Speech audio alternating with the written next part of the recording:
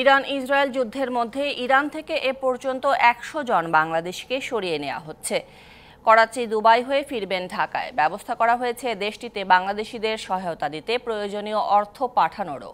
দুপুরে পররাষ্ট্র সচিব মোহাম্মদ নজরুল ইসলাম এসব তথ্য জানান।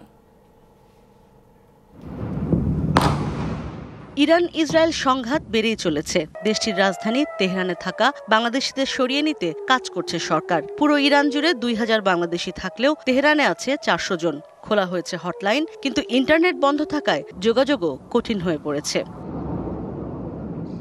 পররাষ্ট্র সচিব জানালেন ১০০ বাংলাদেশিকে সরিয়ে নেওয়া হচ্ছে নিরাপদ স্থানে। আমাদের কাছে আপডেটেড ইনফরমেশন ১০০ জনের মতো আছে যারা আমাদের সাথে যোগাযোগ করেছে। দূতাবাস তাদের সাথে যোগাযোগ রেখে তাদের ওখান থেকে সরিয়ে তৃতীয় কোনো দেশের মাধ্যমে বাংলাদেশে ফেরত আনার প্রক্রিয়া আমরা শুরু করেছি এবং সেই প্রক্রিয়ার অংশ হিসাবে তুরস্ক হতে পারে, পাকিস্তান হতে পারে। তো আমরা যেখানে সুবিধা হবে সব দিক থেকে বিবেচনায় সেই ব্যবস্থাই আমরা নিব।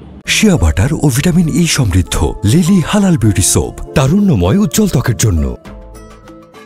এদিকে অর্থনৈতিক নিষেধাজ্ঞা থাকায় দেশটিতে অর্থ পাঠানো কঠিন, কিন্তু বিকল্প ব্যবস্থা হয়েছে বলেও জানালেন মোহাম্মদ নজরুল ইসলাম।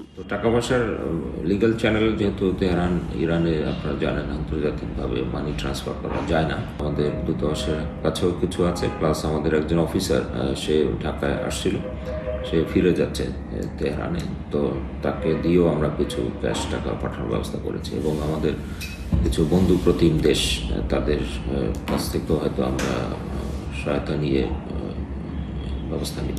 তবে এখন পর্যন্ত বাংলাদেশিদের হতাহতের কোনো খবর পাওয়া যায়নি বলেও নিশ্চিত করেন তিনি।